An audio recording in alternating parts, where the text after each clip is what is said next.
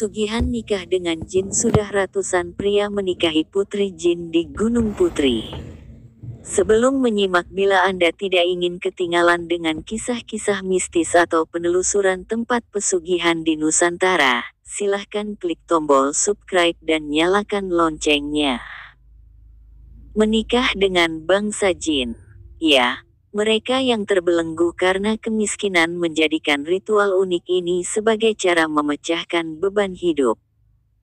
Di Jawa Jakarta sendiri, tidak sedikit yang menjalani poligami macam ini.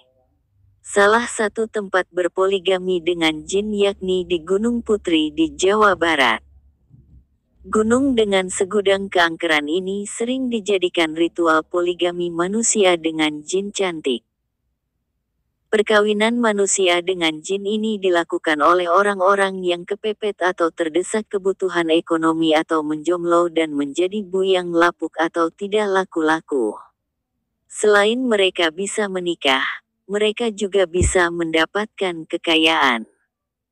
Dan konon menurut orang yang sudah menikahi jin, jin itu sangat cantik melebihi seperti manusia, dan hubungan ranjangnya pun jin itu sangat agresif. Selain itu, perkawinan manusia dengan jin ini juga kerap dilakukan untuk mendongkrak bisnis atau usaha seseorang agar lebih maju. Tim Metafisika Nusantara pun mencoba menelusuri warga yang berpoligami dengan jin melalui salah satu kakek tua yang tinggal di kaki Gunung Putri. Kuncen. Lokasinya di barat daya dari pintu masuk pendakian Gunung Putri.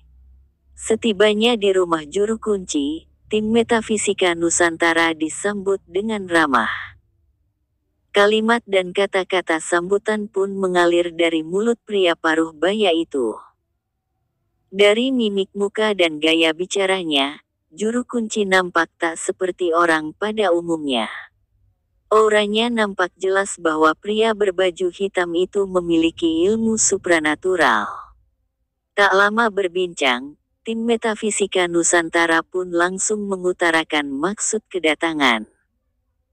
Namun, belum sempat berkata, matanya langsung terpejam sambil berkata, "Jangan sekarang. Bulan depan saja kembali lagi ke sini," ujarnya. Ya, tidak sembarang waktu untuk bisa menikah dengan bangsa jin dari Gunung Putri.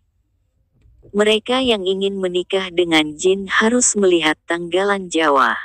Dan tidak semua orang yang ingin melamar diterima, ujar juru kunci. Banyak yang gagal dan banyak juga yang berhasil, ujar juru kunci. Di mana pernikahan dimulai pada Rabu Pon, Kamis Wage, hingga Jumat Kliwon. Kata juru kunci. Untuk menikah dengan putri jin, harus nunggu tanggalan, gak bisa sembarangan, tuturnya. Tak lama, matanya terbuka kembali. Obrolan pun kembali berlanjut. Sembari ditemani kopi pahit dan rokok kretek, juru kunci menuturkan berbagai syarat untuk menikahi seorang putri jin di Gunung Putri. Mulai dari apel jin, dupa, kembang, nasi tumpeng, minyak wangi, kelapa hijau hingga ayam bakar. Selain itu, satu syarat utama orang yang bisa dikawinkan dengan jin harus mempunyai pekerjaan atau kegiatan bisnis. Karena jin itu tidak mendatangkan uang banyak secara langsung. Harus susah bekerja atau punya usaha walaupun cuma dagang. Jin itu akan membantu mencari uang dari apa yang kita kerjakan, tuturnya.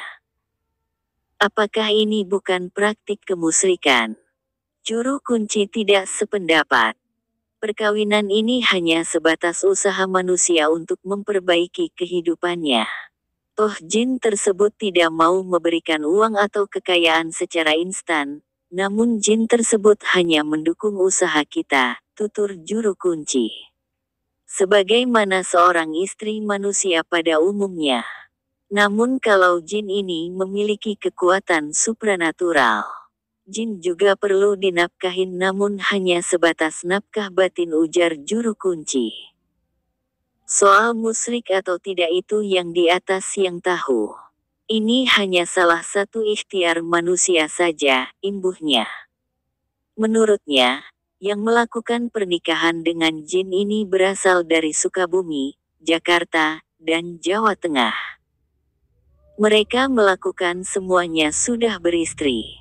Juru kunci sudah menikahkan pria dari kalangan manusia sudah lebih dari 1.000 orang. Semuanya sudah beristri. Dan alhamdulillah semuanya sukses, tukasnya. Bahkan ada dari seberang juga, misal Palembang dan Bali. Ujar juru kunci kepada tim Metafisika Nusantara. Karena kami hanya bincang-bincang saja, dan ternyata gak bisa karena ada tanggal atau bulan dan hari tertentu, dan kami pun memutuskan pamit, karena malam sudah hampir sore juga, tutur juru kunci. Ya. Pulang dulu saja nanti kembali pada bulan tertentu, dan membawa sesaji. Itulah sedikit kisah perjalanan kami bersama tim Metafisika Nusantara. Sampai jumpa di perjalanan-perjalanan, atau penelusan tempat-tempat pesugihan selanjutnya.